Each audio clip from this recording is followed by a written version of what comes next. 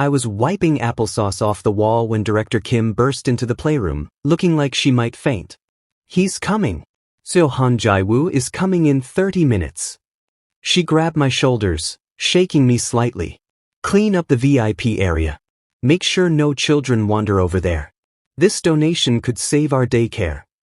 My twins, Miho and Sora, chose that exact moment to dump an entire basket of building blocks onto the floor.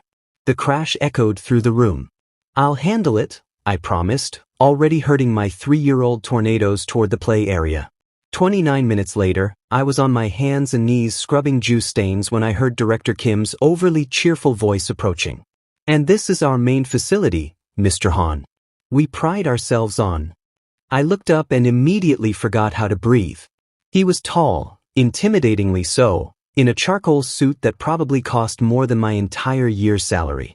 Sharp jawline, perfectly styled black hair, and eyes so cold they could frost windows. He surveyed the room like he was calculating its monetary value down to the last one. The facility is adequate, he said, his voice deep and dismissive. I scrambled to my feet, bowing quickly. Too quickly. I stumbled, and his hand shot out, steadying me by the elbow. His touch burned through my thin cardigan. Careful, he said, releasing me immediately as if I'd contaminated him. Thank you, sir. I'm sorry Daddy. My heart stopped. Please don't. Miho and Sora had escaped from the play area and were now running full speed toward us, their little legs pumping with determination. Daddy's here.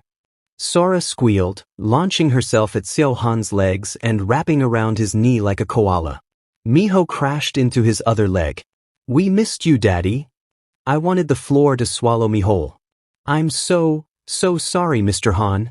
They've never. My face was burning so hot I probably looked sunburned.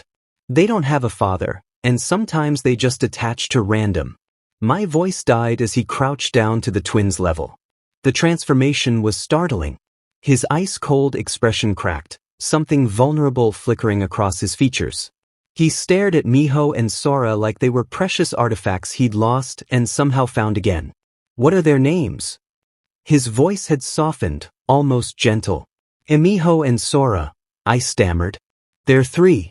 They're usually better behaved, I swear. Sora had grabbed onto his expensive tie, wrinkling it without mercy. Daddy, you're so tall. Can you pick me up? Instead of being annoyed, he carefully extracted his tie from her grip and stood, lifting Sora with him. She giggled, delighted, while Miho tugged on his pant leg jealously. Not fair. Me too. CEO Han looked at Director Kim. Do you have a private office? Weiss, of course. He turned those intense eyes on me. Bring them. We need to talk. My legs felt like jelly as I scooped up Miho and followed them to the director's office. Director Kim excused herself quickly, clearly terrified of whatever was about to happen. Seo Han set Sora down gently and watched both twins toddle around the office, touching everything with their sticky fingers. He didn't seem to care that Miho was now examining his leather briefcase. How old did you say they are? He asked quietly. 3. They turned 3 last month. And their father? I wrapped my arms around myself defensively. Not in the picture. Never was. His jaw tightened. I see. Sora came back and reached up to him. Daddy, will you come play with us? We have trucks. Something in his expression broke my heart, raw pain mixed with longing. He knelt down again and gently touched her cheek. I have to go soon, but... He paused, then looked up at me. I'll be back. Mr. Han, you really don't have to. I'll be back, he repeated firmly, standing. He reached into his jacket and pulled out a business card, pressing it into my palm. His fingers lingered against mine for a moment too long. My private number. Call me tonight. 8 p.m. We need to discuss this. Discuss what? It was just a misunderstanding. 8 p.m., he said again, then shocked me by patting both twins on the head before leaving. After he left, Director Kim rushed in, pale-faced. What happened? Is he angry? Will he still donate? I don't know, I admitted, staring at the card in my hand. The paper was thick, expensive. Gold embossed letters spelled out, Han Jiwoo, Seoul, Han Corporation. As I gathered the twins to take them home, Director Kim's assistant, a gossipy woman named Mrs. Park, pulled me aside. "You don't know, do you?" she whispered. "Know what?" "Seo Han." She glanced around nervously. 3 years ago, his fiancée was pregnant with twins. There was an accident. He lost all 3 of them. It destroyed him. He became this cold, ruthless businessman overnight. She looked at Miho and Sora meaningfully. Same age. Twins. You showing up with them? My blood ran cold. Oh my God. That night at exactly 8 p.m., my phone rang. A known number. I answered with shaking hands. Hello. Tomorrow. 2 p.m. Han Corporation, top floor. His voice was all business again, but I could hear something else underneath. Desperation, maybe. Don't bring the twins yet. We talk first. Mr. Han. Call me Jiwoo, he interrupted. And tomorrow, I'm making you an offer you'll want to hear. He hung up before I could respond, leaving me staring at my phone, my heart racing with fear and something else I didn't want to name. What kind of offer could a billionaire Seo possibly have for a broke daycare worker? I had a feeling my life was about to change completely. The Han Corporation building pierced the Seoul skyline like a glass monument to wealth and power. I stood at the entrance, smoothing down my only decent dress, a simple navy blue number I usually saved for job interviews, and questioning every life choice that had led me here. The elevator ride to the top floor felt like ascending to another world. Each floor that blinked by represented a life I'd never have, opportunities I'd sacrificed when I chose to keep the twins. The doors opened to reveal a stunning reception area. Floor-to-ceiling windows showcased the sprawling city below. A beautiful secretary looked me up and down with barely concealed disdain. You must be here for Mr. Han. He's expecting you. She gestured toward massive double doors. Go right in. I knocked softly, and his voice called out, Enter. The office was breathtaking, all modern furniture, expensive art, and that same panoramic view. But I barely noticed because Jiwoo was leaning against his desk, having shed his suit jacket. His white shirt was rolled up at the sleeves, tie loosened, revealing a glimpse of his collarbone that made my mouth go dry. You came, he said as if he doubted I would. You made it sound important. It is. He gestured to a leather chair. Sit, please. I perched on the edge, too nervous to relax. He poured 2 glasses of water from a crystal pitcher, handing me one. Our fingers brushed, and that same electric shock from yesterday ran through me. I've thought about nothing but your twins since yesterday, he began, sitting on the edge of his desk, close enough that I could smell his cologne, something expensive and woodsy. And about you. My heart hammered. Mr. Han. Jiwoo, he corrected. What I'm about to propose will sound insane. Possibly offensive. But hear me completely before you react. I nodded, gripping my water glass like a lifeline. Your twins need a father figure. Stability. Financial security. His dark eyes locked onto mine. I need something to fill the void that's been consuming me for 3 years. So I'm proposing a contract. A contract? My voice came out barely above a whisper. Move into my penthouse in Cheongdam-dong with the twins. I'll provide everything, education, clothes, food, healthcare. You'll quit the daycare. Focus on finishing your degree. He paused, his gaze intensifying. In return, you'll accompany me to social events as my partner. Play the role of my significant other in public. That's insane, I breathed. You're asking me to be your fake girlfriend? Not just that. He stood, moving closer until he was right in front of me. I had to tilt my head back to meet his eyes. You'll also be available when I need comfort. Physical comfort. I shot to my feet, nearly dropping my glass. You want me to be your prostitute? No. His hand caught my wrist, firm but not painful. I want you to be my lover. There's a difference. I won't force anything. Every touch will be your choice. But I won't pretend I don't want you. You don't even know me. I know enough. His thumb stroked the inside of my wrist, and I hated how my body responded. I know you're raising twins alone while working multiple jobs.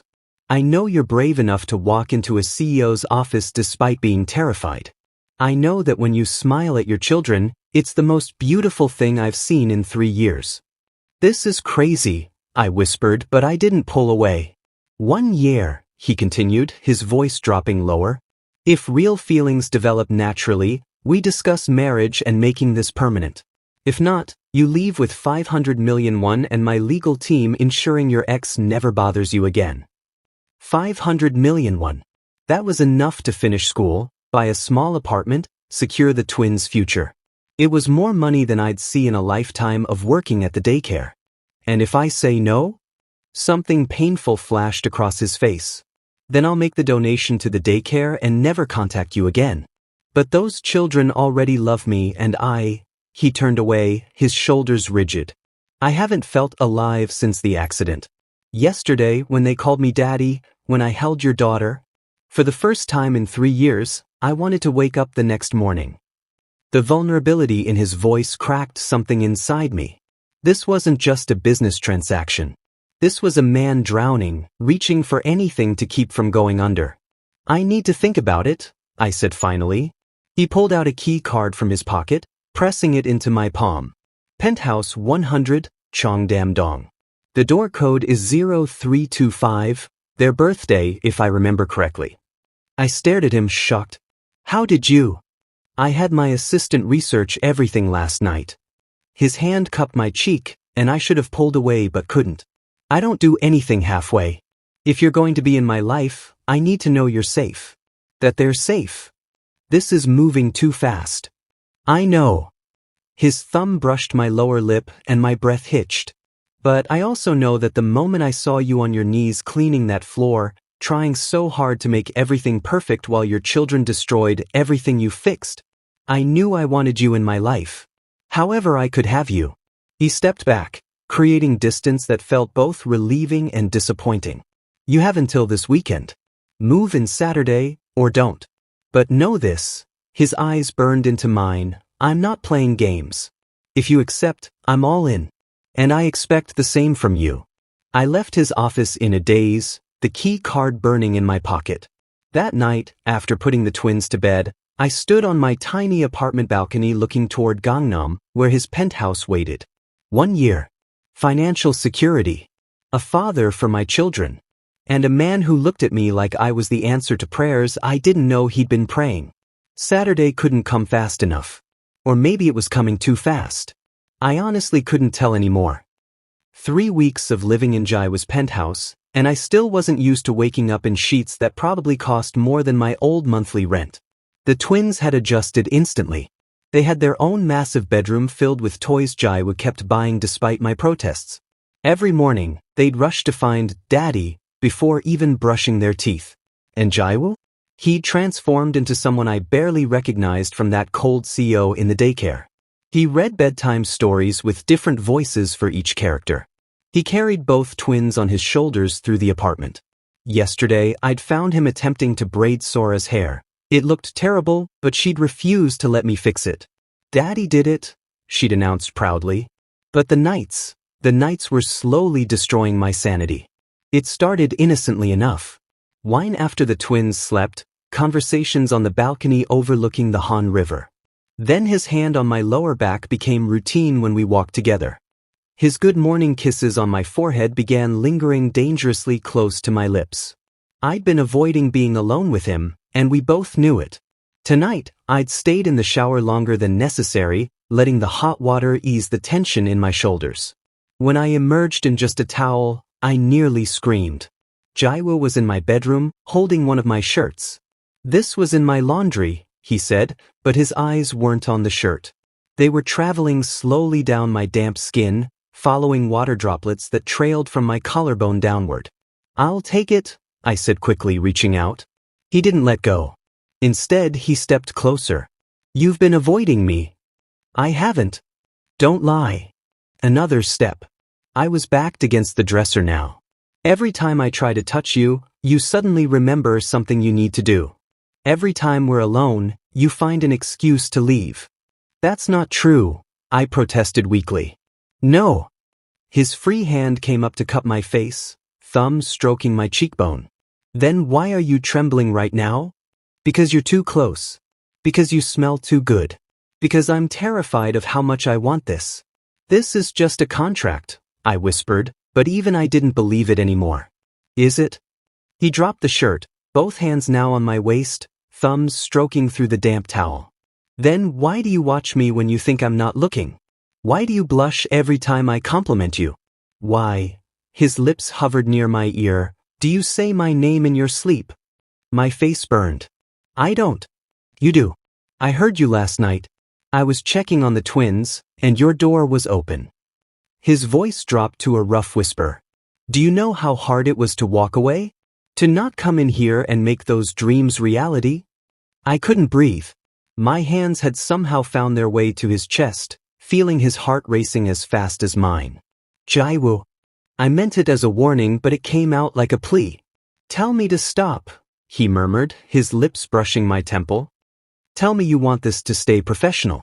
Tell me you don't feel this fire between us. I opened my mouth, but no words came out. He pulled back just enough to meet my eyes, and what I saw there made my knees weak, raw desire mixed with something deeper, more dangerous. That's what I thought, he said, and then his mouth was on mine. The kiss was everything I'd been denying I wanted, desperate, hungry, 3 weeks of tension exploding between us. His hands tightened on my waist, pulling me flush against him, and I gasped at the contact. He took advantage, deepening the kiss until I was dizzy. My towel loosened.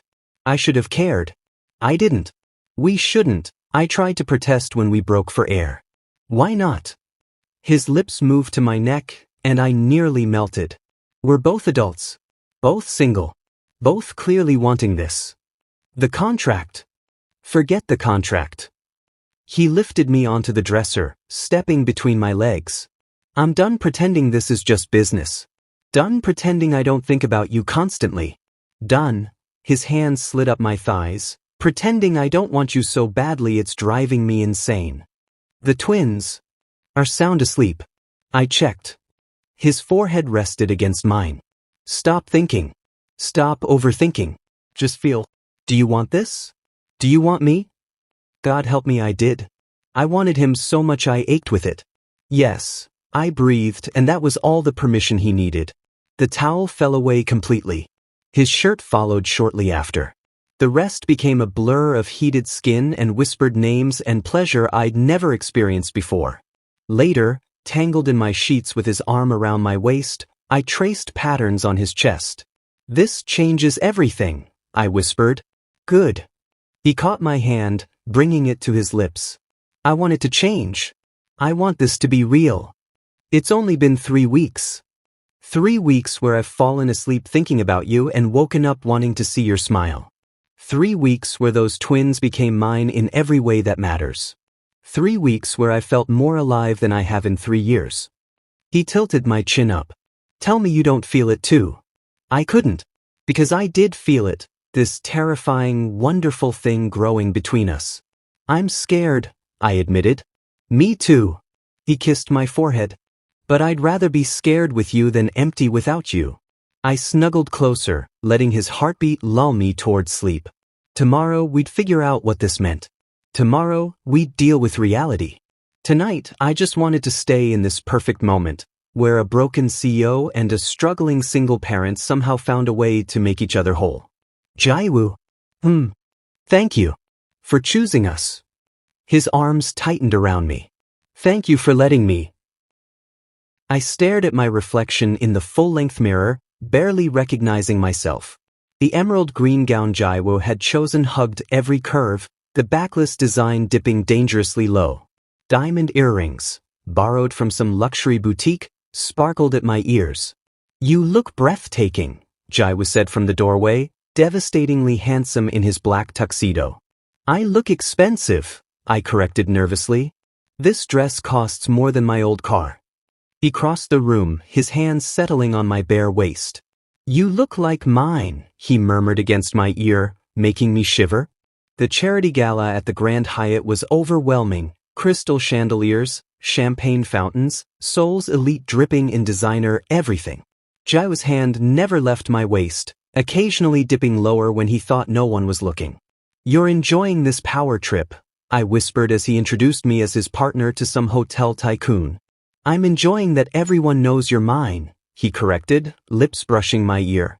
And imagining taking this dress off later. Heat flooded my cheeks. We're in public.